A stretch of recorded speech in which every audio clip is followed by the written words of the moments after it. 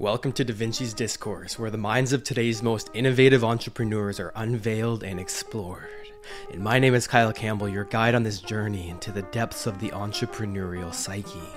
So sit back, relax, and get ready to dive into the minds of the greats. This is Vinci's Discourse. Cool, brother. Austin, dude, it's good to have you here, man. So why don't you tell me a little bit about yourself? What do you do? And most importantly, what do you love about what you do? Yeah, awesome. Well, I own a video marketing agency, and so I help coaches mostly tell stories through their social media every day. So all the daily posts that you see on TikTok, Instagram, YouTube, all of the podcast content that they're posting out, my team can kind of take on and handle that. And what I love being able to help a client um, create an audience, create a super loyal audience. Mm, And usually it takes a little bit of time, but once they have like this fan base, it is very, very exciting when you get to that point. And you'll post a video and you have all these comments, or you have people who sign up to be a client and they're like, "Yeah, I found you from your podcast," or "I found you from," like that's just super rewarding. So I think what I love the most is um, helping connect the followers to an influencer, and that's been very fun and rewarding. I love it, man. That's so cool. So let's say that I'm a company that wants to start generating an audience online, but doesn't have the traction yet, or I've tried posting, but I'm not getting many views. What would Yeah, you tell me to do to start? And we can kind of walk through the process step by step in terms of how we would start to generate an audience and then sure. transition them into buyers. Yeah, I think the first thing is most people don't really have a content system. They think of social media as like, oh, I got to post, and so they'll make a post and they'll send it out, and then they spent like a few hours doing that, and then the next day they wake up, they got to do the same thing. Oh, what should I post today? Right, and it's just kind of sporadic, and we all know the pain of having to be active on social but not knowing what to do or wanting to Yeah. do it. Hmm. And so what I usually help people do is come in with I'll bring like 30 content ideas to a film day, right? I'll say this is what we're filming today, and we try to knock it out in one day so that people don't have to be thinking about that every day, about social. They can focus on their business, and then they just have one day that's very purposeful. And so on that film day, we'll knock out 30 videos, 60 videos. My record is 90 in two and a Wow. half hours.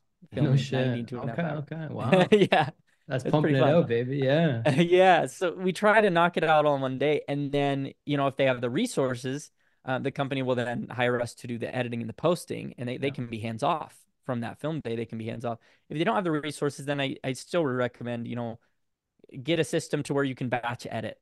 Find a software that'll help you batch edit, and then same thing with posting. Find a software that'll help you post. And so the biggest thing I recommend is build that system and do it in batches, because it really can change you from that daily, oh, what should I post, to being showing up every day on social without even having to think about it too much. Right. So how do you know what content to create in that day? Like in that 2.5 hour chunk that you pumped out 90 pieces of content. Let's say that I wanted to formulate Yeah. I'll take a day to create all this content and be able to have all of this generated without me having to do it every day. How do I know what content to start creating that will be well absorbed and taken in well by the audience Yeah. and then be shareable and be, value providing, hopefully? How do I know what content to start with? That's a great question. I mean, sometimes when I'm looking for content ideas, I'll go to TikTok search and put in some filters like the last 3 months, the most relevant, or YouTube search and see what people have enjoyed, what's been evergreen. Sometimes I will go to AI and ask it to bounce off ideas based on, the info I put in on my client. But almost always I want to look at analytics. And so if they've done stuff in the past that has worked, and that's why this content system is the first step, post 30 videos, even if you don't know what you're doing. And then you can see, oh, this one worked, this one didn't. You really have to be able to test. So analytics is always my favorite place to go.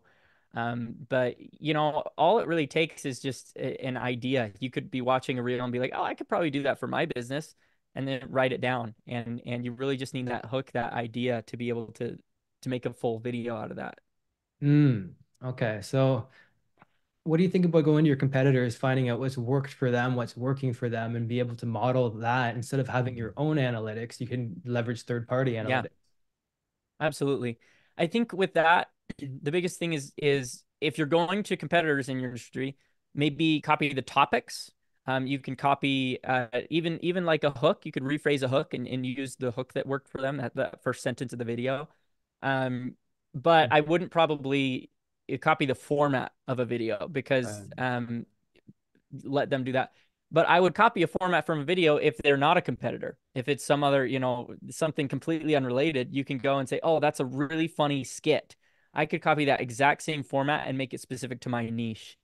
And that's a way to make something new. If you're going to copy their format and their hook and their topic, then you're not making anything new and original, and that can actually be detrimental, right?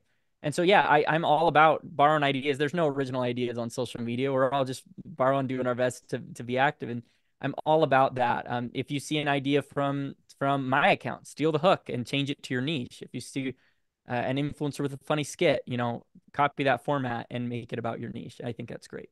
So how do you find, because this is a major problem, is that people are starting from scratch and they don't necessarily have that data. So I think a Yeah, good place to start to find those analytics is the competitors. Now, how do you find what content pieces are working best for them? You go to their, first of all, you find the right competitors that are yeah, targeting the same target audience that you are, have those audiences. The way I look at it is as you're modeling them, you're also absorbing the content and you're yep, educating yourself in terms of what's working, yes, but also what kind of an individual they are. So that way you can leverage that to maybe build a relationship with them, to have a joint venture or a partnership down the road. yeah, So you can say, hey, look, I'm a big fan of A, B, and C specifically. We're in a similar industry. I wonder if we can work out some sort of joint venture where we can benefit each other.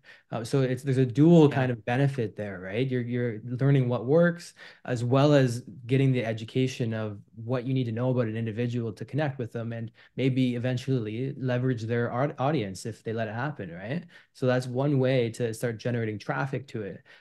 We'll get into that next. Where I want to touch first is some automation tools that you would recommend in terms of automatically posting. So let's say I've taken the time to analyze all of the content that's worked for my competitors, and yeah, I've taken a day to fully to film or to record in some way that same content.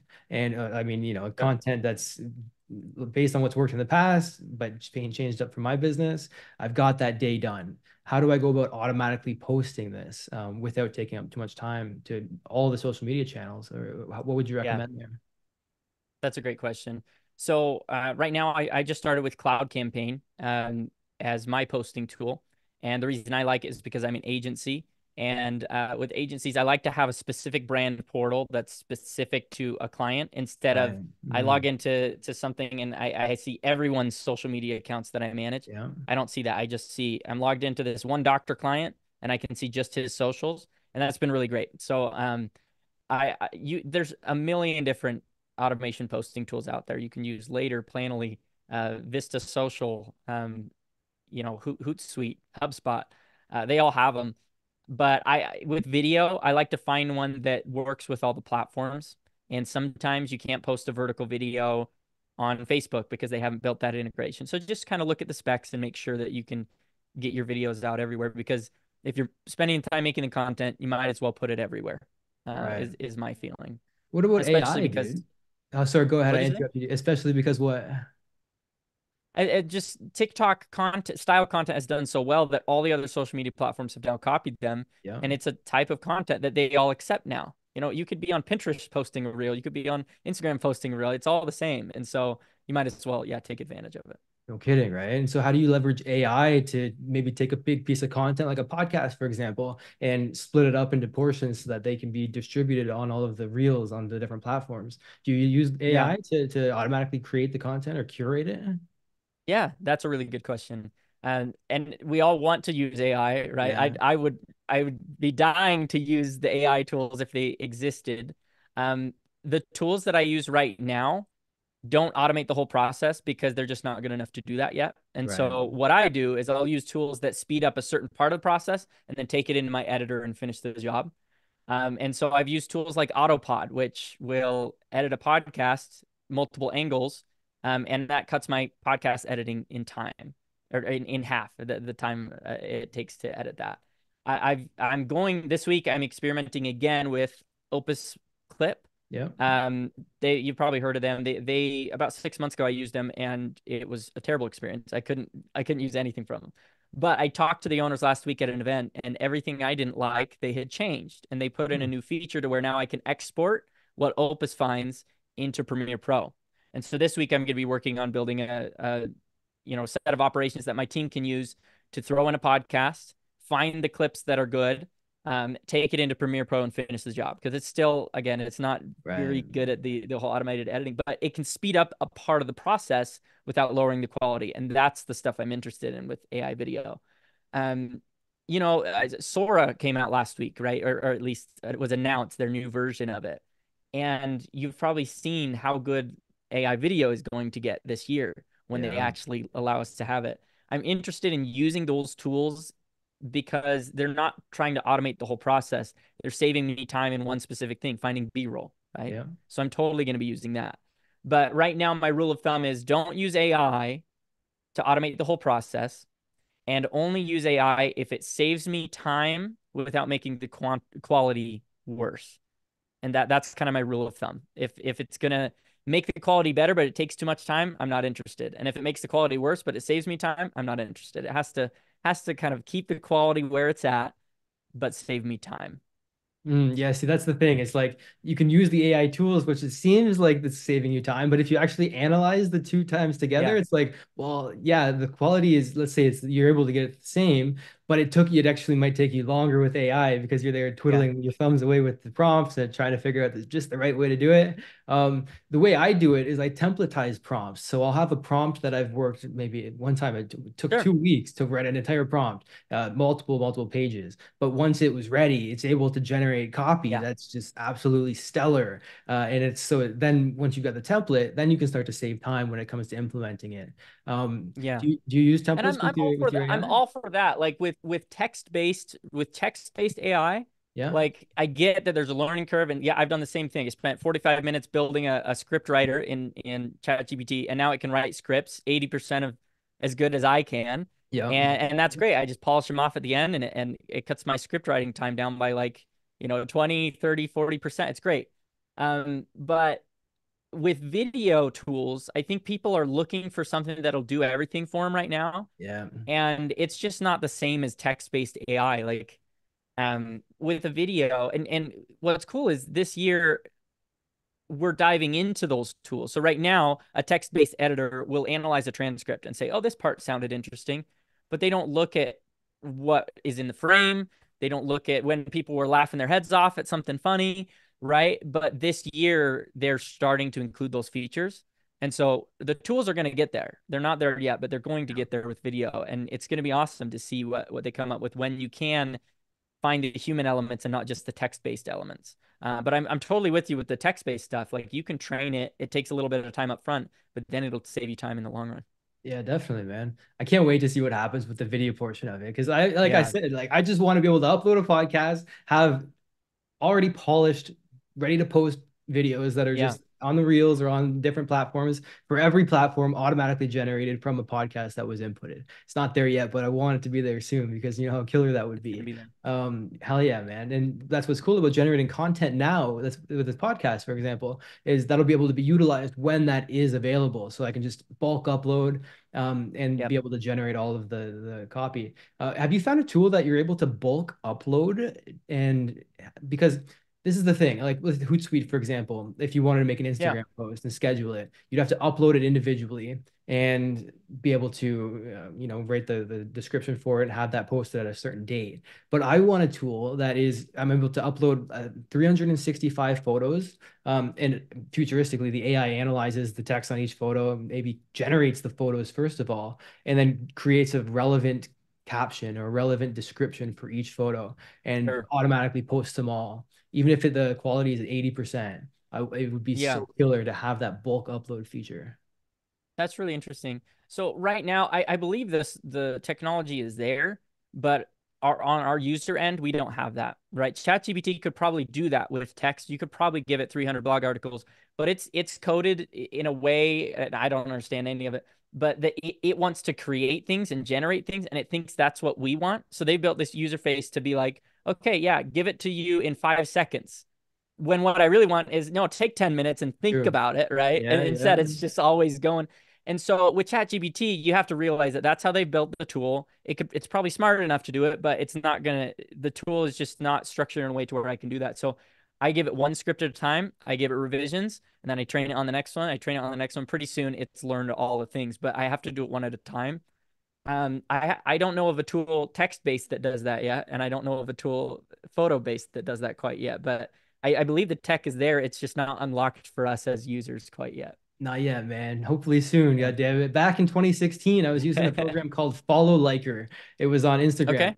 And there, I don't know, you can still buy it, but it's not really, they haven't updated it in years. But what I could do is I could Yeah, just upload 365 photos and have it, the entire year's content already just posted, ready to go every single day. that's cool. But the problem was I couldn't have it would use the same series of descriptions per photo. So it wouldn't have a Uh, description that matched the photo. So I'd have to kind of get creative and yeah, create the descriptions that matched any photo. And yeah, it yeah, worked, but that's where I'm getting the inspiration from. Because if I could have something like that that yeah, is able to generate the description based on the photo content, and first of all, create the photos. I mean, that's where I see the future of it going. That'd be badass as all hell. yeah.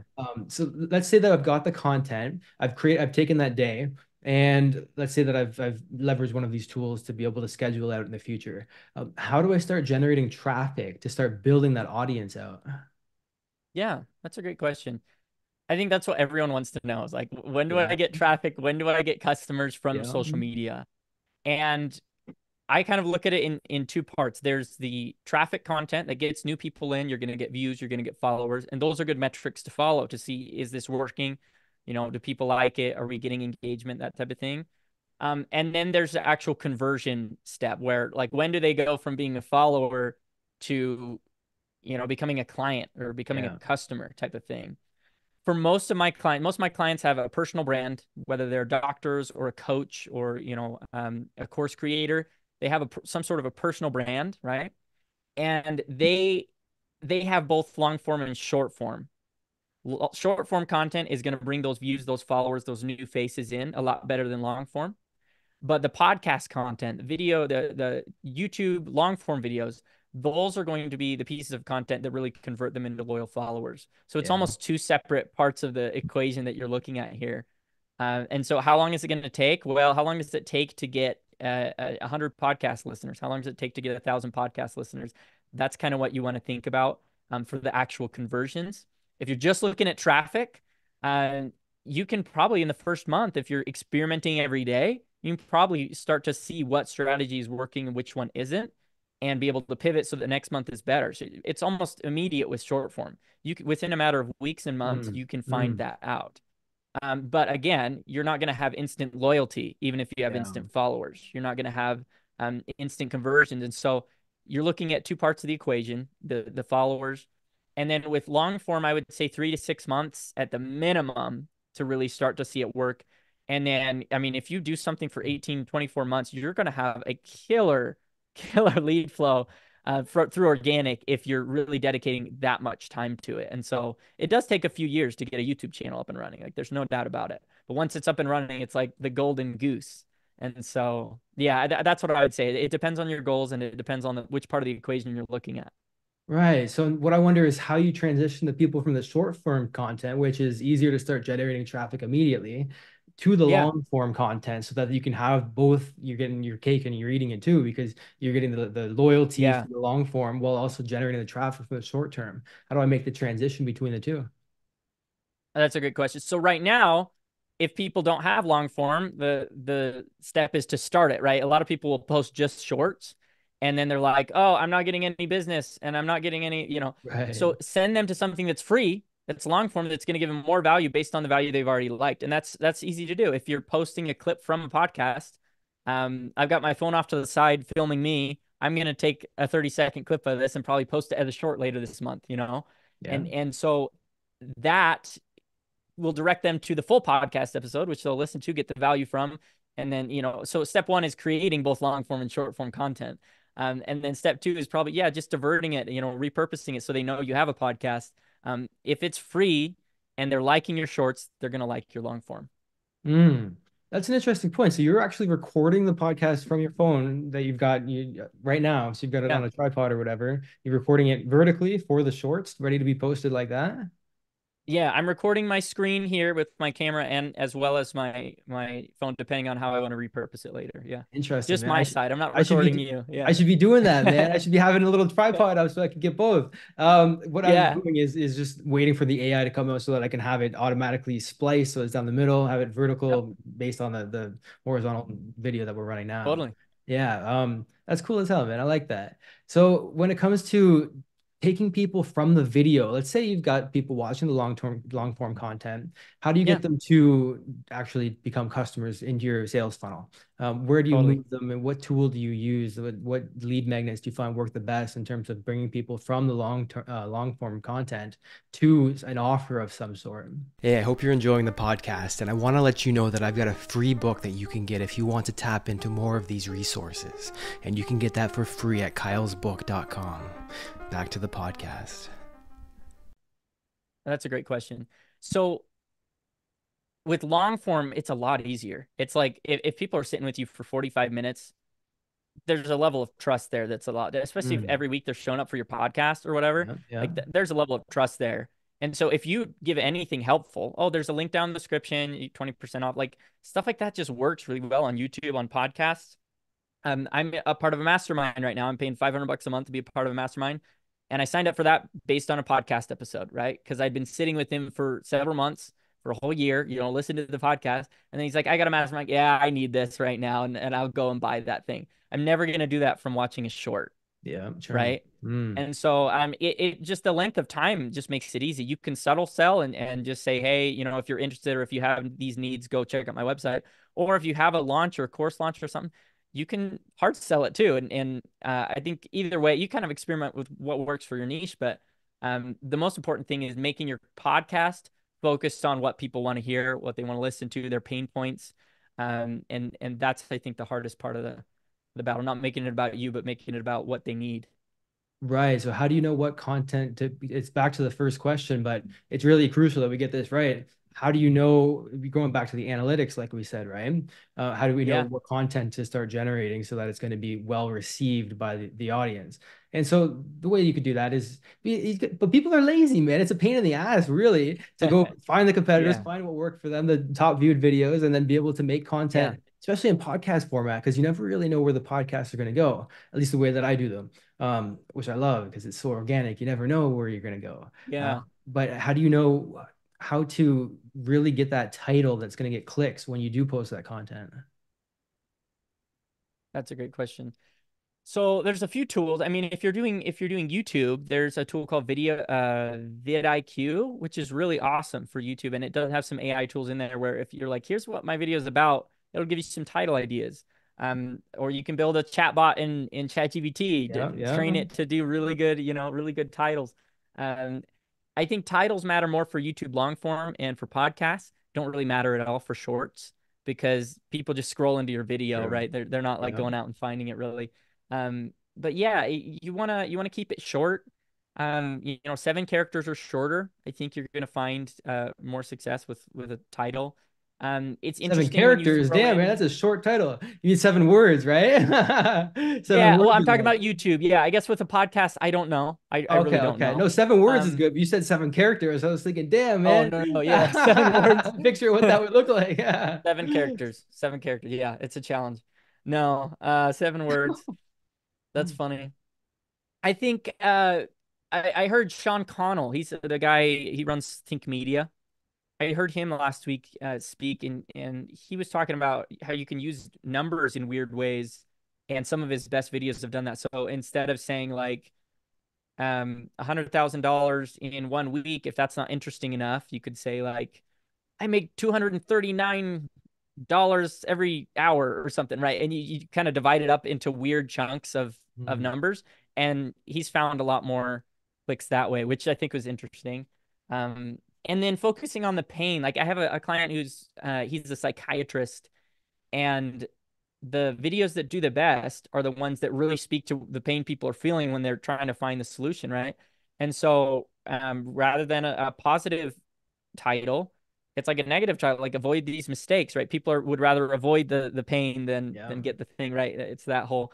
And so yeah, focusing on pain points really helps. And then once they're in the video, you can help calm down their fears and calm down their pain. But I think getting them to the video, I think it's totally okay to use some of those pain points and those fears and reach out to them that way. Hmm.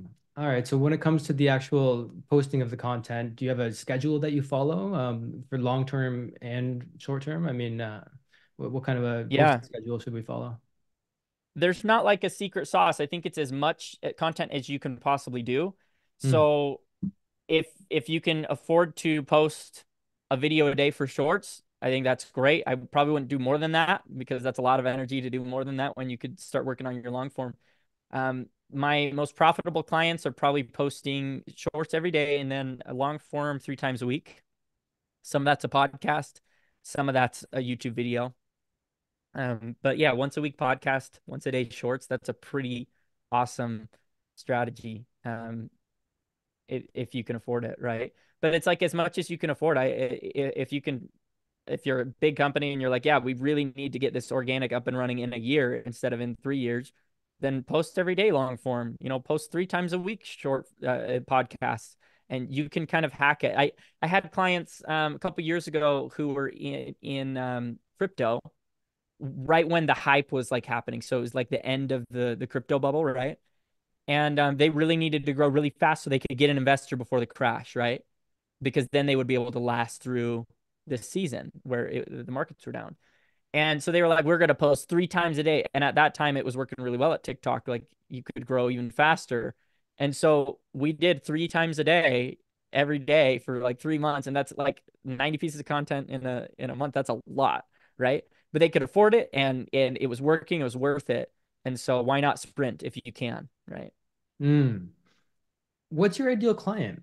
You said psychiatrist, you've got Yeah. a plethora of different industries that you're working with. So I who's have your, worked in a lot of different industries. yeah, man. So who's Yeah. your typical client? Like the one you can best serve with this kind of a Yeah. content posting. Personal Oh. brands and health coaches are now my niche that I'm targeting. And the reason being is they're a lot of times they're solopreneurs. These are people who they don't have a big team, and so we can get a lot more done. When I've worked with a big team, there's just so much more red tape, more people to get approvals on it, and we end up never getting all the content out that we want to. And so when I'm working with just a solopreneur, they're busy, but I can get them down to one film day. It saves them a ton of time. We can knock it all out in one film day, and there's a lot less red tape, a lot more creativity. So I love the personal brand aspect. I also love that they can be experts in one thing. Like if you've got a nutritionalist who does Hashimoto's, like that's real specific versus it's just easy to find a niche in the health coach space. And those who are making money or have a course already, they already know really well what their niche is. And so it's easy to transfer that over to organic and to systematize their organic. So that's some of the Hmm. reasons the other reason I like it is it's a challenge, right? Like I'll have a doctor come to me and be like, yeah, I have this like doctorate degree and whatever, and I'm, really good at this like endocrinology thing. But I And I'm can't like, I've market it never for heard of it, shit. but I but in a never learned how to month, market the damn thing. yeah, but in a month I can figure out like, okay, here's what endocrinology is, here's how to talk to it with to normal people. And I like that it is a little bit challenging to really learn new health niche and there's less competition for me as an agency if I'm serving doctors because it's hard work. So yeah, As opposed to the typical chiropractors that every other agency tries to serve because they're the ones that it's the kind sure, of the cliche almost when it comes to starting an sure. agency. That's the target audience everybody goes for, including me in 2016. That's the target You were audience that I doing, ran yeah, to. Yeah. yeah. But yeah, you got a more eclectic style of choosing They've the got to be clients. able to be the expert in their field, right? It doesn't work if you're the local podiatrist. You have to be like the one podiatrist in the country who treats kids with a certain disease. Like if you've got an Right. expert Mm. that can go nationwide or worldwide, that's when it's really fun. And that can be traditional medicine or non-traditional medicine, really. But you've got to have that kind of larger ability to serve a larger audience. And that's why health coaches is the Right. actual term I'm using now instead of doctors, because these are people who they see themselves as coaches, whether that's group coaching or courses, because that's scalable. Okay, so let's say that I've taken the day of filming the content. I've based that on the Yeah. analytics of what have worked either in my past or for my competitors. And then I'm posting that, let's say, three long form content pieces per week, as well as a short every day. What is the next step once I have that infrastructure built? Yeah. Okay, sorry. Repeat it one more time. So I've got everything. I've got the content done. It's being posted hopefully automatically. Uh-huh. 3 times a day, 3 times a week for the long form, 1 time a day for the shorts, like you were talking about. Yes. What's my next step in terms of bringing this to the next level? Yeah. So, I mean, you're really never done creating content because Right. you're going to get that up and running. And then you're like, sweet, I finally got a month scheduled. And then you're like, oh, it took me a month to get a month scheduled. I need to start on the next month. So Yeah. the idea is rinse and repeat. You look at your analytics from the first month, what did Right. good, what did bad, what do we want to repeat? What was energizing to me? All of that. And you put in that. Do we have any launches coming up? Let's put in content about that. And you make your next content schedule, you do your next film day, and every time just try to experiment with something new. So you might be doing videos about the news in your niche. You might be doing tutorials. You might be doing a few skits. You're like, what else could we try? And maybe you throw in a new type of content like reaction videos on that next month, and react to people's content that's already working well. Try that out. If it works well that month, then you keep that and you get rid of another type, and you're just always experimenting and rinsing and repeating. And then with YouTube, it's the same thing. You're working on your thumbnails. You're like, oh, this thumbnail worked, this one didn't. So we got to make a better one. Same with your titles, and it's just an ever changing game of guesswork, experimentation. Oh, they might have changed the algorithm. What do they prefer now? All of that. Oh man, keeping up with the algorithmic changes is a pain in the ass. You never know what they changed, why it's not working one day Yeah. when it worked last week. I don't like that at all. It's a major pain. Yeah. How do you get around that? What's a way that you can go about not having to worry about the algorithm so much? How do you Yeah. look at that whole process? Because it's out of your control at the end of the day. So what do you do in that case? It is. I mean, algorithm the cliche thing to say is, right, focus on your audience instead of the algorithm, right? And I totally get that. And if your strategy is larger than just one platform, you really can do that. You can focus on, oh, what are their needs, what are their pain points. And they changed TikTok algorithm, but guess what? My content still reached the people on Instagram who like me, and they reach the people on YouTube who like me. And so if you're everywhere, you can kind of get around the algorithm changes a lot easier because you're still reaching the people. But if you're like really trying to grow on a certain platform, like TikTok, for example, and right now they're doing videos over 3 minutes, um, then you just got to ride the wave. And whenever they announce a new feature, you kind of got to hop on that for a little while, and until they get over it and go back to what's always worked for them. It's always how it, like TikTok, Instagram did the same thing when they announced their shop, and then they announced um, new story features, and then they just always change new things. It's popular for a while, and then it goes back to kind of the status quo. And so it's fine to ride those waves if you're getting specific, but my main philosophy with social media is that you should focus on the creation over the optimization.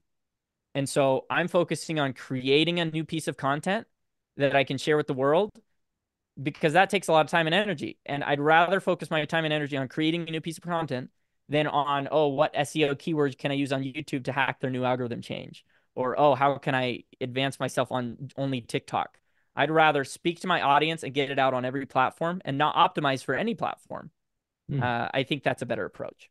What you just said there, dude, can be a wicked short because you just said that answer was killer. So take the last 45 seconds, the last 30 seconds of what you just said. Bam, you got Yeah, some content there. You can there we go. you can hit stop and start on your recording. So you got it Yeah, time yeah. stamped. Get that going. Get that going. That's funny as hell, man. So one other question that I have is when it comes to automating and building your team so that you can just focus on the Yeah, creation of the content rather than having to focus on the posting of it, the analytical side of it. I mean, me personally, I'm a creative. I don't want to be working on the analytics. It's just yeah. not my gig, you know, I don't enjoy it. So let's say for me, because I feel like this is a situation that a lot of creators would find themselves in. Let's say Yeah. that you're thinking about hiring a project manager or a team manager, a content manager on Upwork, for example. What are some of the things Yeah. that you would list side by side that would go about being best automated or taken Yeah. care of by another individual, like on Upwork, for example? What are some of the things that you would hire out for? Yeah. Well, if it's short form content, you shouldn't go to Upwork. You should just hire me, is really Okay, okay, really yeah, short. fair enough. No, I'm just messing. Yeah, I've had the best success hiring for full time instead of part time. So I totally Right. get the Upwork thing. It's like, oh, I got this one project. But like if you can pull it off for like 1 month, hire a full time editor for just 1 month somewhere. It could be overseas, it could be more affordable. That's great. But try to find someone for 1 month that you can train to get a little bit better, give them all your projects and just trust them. And if they send Mm. something back crappy, it's like they do on ChatGPT, you gave it revisions and you send it back, right? Like if you can just learn how to train and hire and do that one time for 1 month, you're going to find that in that 1 month, you've saved so much time on editing that now all of a sudden you've got more clients coming in and you can keep them for the second month. And like it's a huge shift when you have editors and you've outsourced your editing. So I would recommend going full time. You're going to find more high quality work because workers who have a lot of experience, they don't want a part-time job. They want full-time work for the most part. And then you can find someone that you can train on your operating procedures, on your style, on what you do for clients. They can get better and better each month. I've been with the Mm. same employees for 2 years now. I have two full-time that have been with me for 2 years, and they can read my mind. I can send them something, and they know exactly what we need for it, what we need for the clients. It's awesome. It's game changer. All my clients get better work each month because I have the same editors, and that's huge value to my clients as well. So I can't speak enough about hiring a full-time editor. Yeah, man, me too. I got a couple of brothers that the same thing. They can read my mind. They know exactly what I'm talking Yep. about before I do it. I'm like, man, like I don't know what I'd do without you now, man. Like, hell. So when it comes down to that, is Yeah. really fostering that familial feeling within the organization so that they don't leave you in paying them just enough so they don't leave, but then not too much so that you can hire somebody that's local, for example. But what are Yeah. some other things that you hire for as apart from editing? What about the content titling or looking at the Yeah. analytics and generating content ideas? What are some other things that you hire for? Yeah. Right now I have a few clients that I do a lot for. And so I like to manage all the strategy stuff. So when it comes to like actual content ideas, I really enjoy that part of it. The actual scripting, like sometimes I'll outsource scripting if we have a ton of scripts, but I like to be involved in the strategy work. And then if it's busy work, if it feels like editing or posting, for example, that's the stuff I like to outsource. So I've hired posters, I've hired editors more than anything, and then maybe like a asset manager or like a project manager to just keep everything organized, right? But I usually manage the front end stuff, the planning, the scripting, um, the content ideas. Yeah. Okay, okay, okay. So, I mean, we've covered pretty much the majority of the process from creation of the content to some systems to post it, hiring you for the short-term editing. We've got the whole shebang going on. Yeah. What's one thing that I should have asked you but didn't ask? What's one thing that I missed that it would provide the maximum amount of value if I would have asked it? Hmm.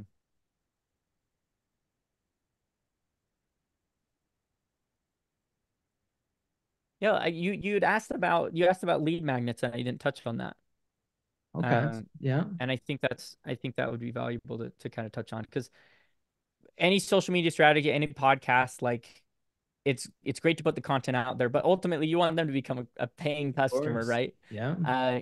And a lot of times, like people think that if they're a loyal follower, they'll just buy whatever. But I think we've seen marketing change so much in the last several years to where now people are giving away so much for free to get that sale. Courses that used to cost $1,000 are now like the free version, and Yeah. then you give something even bigger on the end. And so that, especially in the course creator space, what I've seen is this change from your low ticket offer to a little bit higher to a little bit higher to now everything's free except for the big thing. Mm. And I think that's the way to get people's trust right now in the current economy, current marketing landscape. It's really Everything is free. It's Hormozy talks about this, right? And he really shows it more than he talks about it. Yeah, sure. By example, it's you give all the information away for free, and the only thing you're selling is the implementation. Mm. And so I'm going to teach every tool about short form video that I possibly can. I'm going to give you all the tools that I use, the AI, everything. We need to give away all my hacks, how to hire, all of that. But if you want it done for you, then you work with my agency. Like that's really the only thing I offer. And so freebies, just give away as much for free as you possibly can. And then they're going to see the value in hiring the expert. You know, the right people will show up. So that's just what I've seen work really well. Right. So instead of giving away, because the classic free book funnel for a free plus shipping, even then moving them through the funnel, Yeah. you're saying to pivot away from that now and move towards giving everything away for free in terms of information. What I'm wondering is how you make that pivot from, let's say, free information absorption to a paying client, a high ticket paying client. How do you make Yeah. that pivot? What you use a webinar in between? What's the intermediary tool?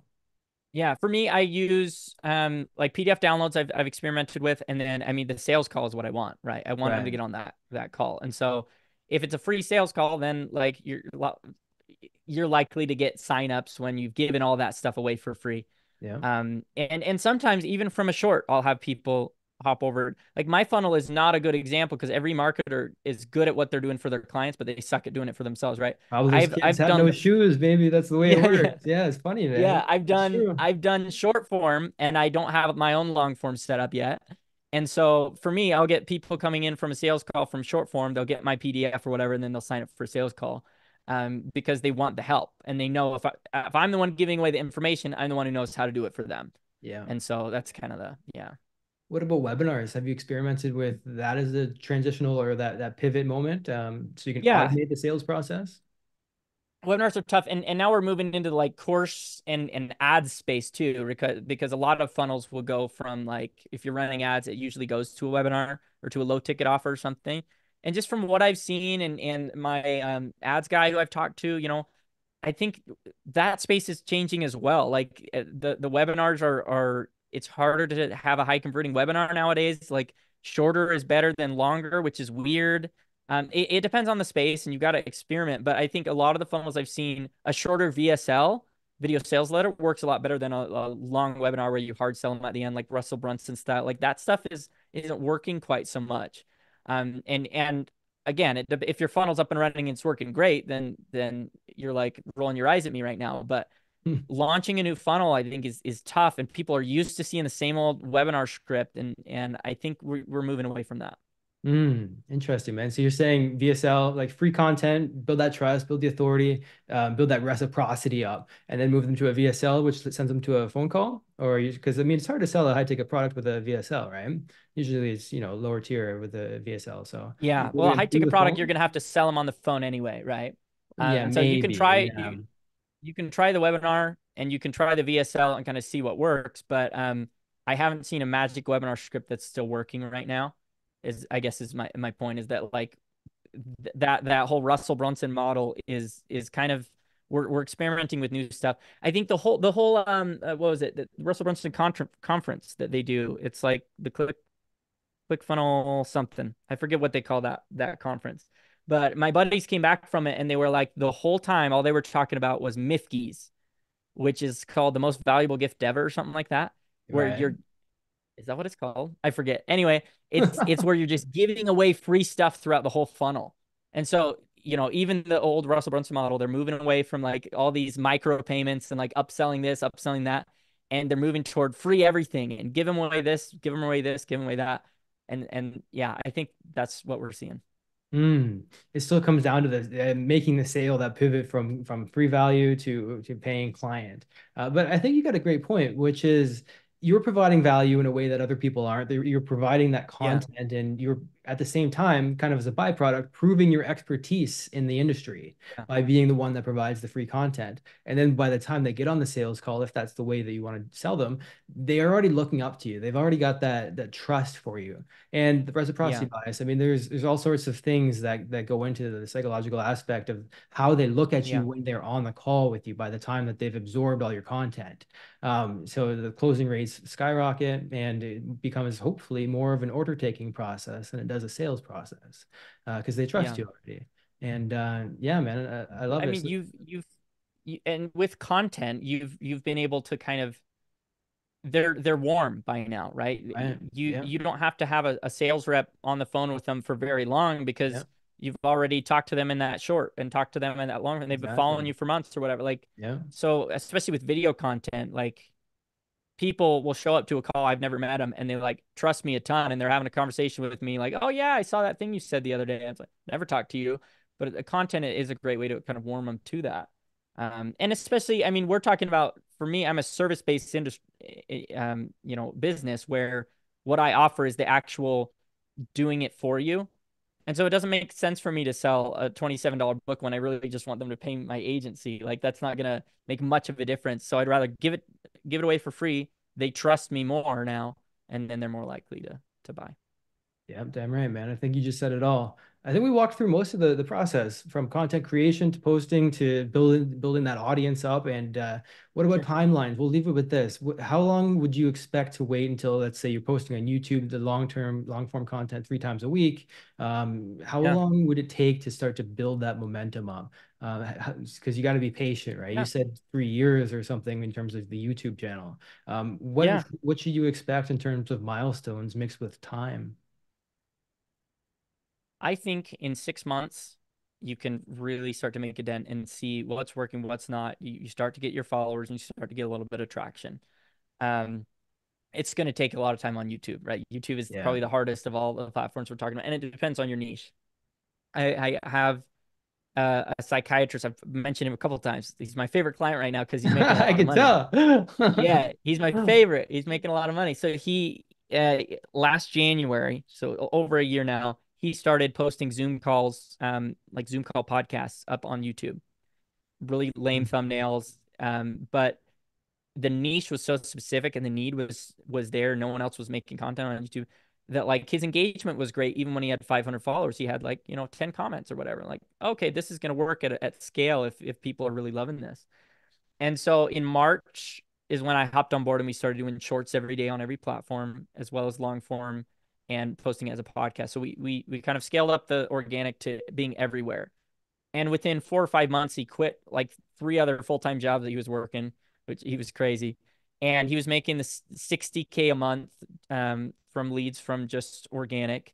I think last month he made Wow. $130,000. Just Um, organic. Holy shit. just organic. That's his only marketing is just organic. So in 6 months going hard, he was super profitable, right? And he had a very specific niche, obviously, and his business might be different than others, but for a high ticket offer, that's what it looked like for him. In 6 months, he was already looking like the expert in that little space. He still only has, I think, 16,000 followers, like over a year later. Wow. 16,000 followers on YouTube, a very small following, very small niche. Um, but he's making way more than some of my clients who had a large following, but a generic niche, right? And so that's just what I'm seeing is YouTube. It takes time, but it's definitely the highest converting Mm. as far as once you have the following. Yeah, yeah. Because like you said, you're building up the trust over a long period of time with the long form content, man. It Yeah, makes sense when you think about it. So, brother, yeah, for dude, sure. thank you so much for being here, man. I had a blast with you. We went through a step-by-step process. I think anybody can take and be able to formulate a content strategy around. Anything else you want to add before we kick this off here, buddy? No, no, I think this is great. All right. I hope you enjoyed that podcast episode. And if you want to get a free copy of my book, go to kylesbook.com and you can get a copy there. I'll talk with you soon.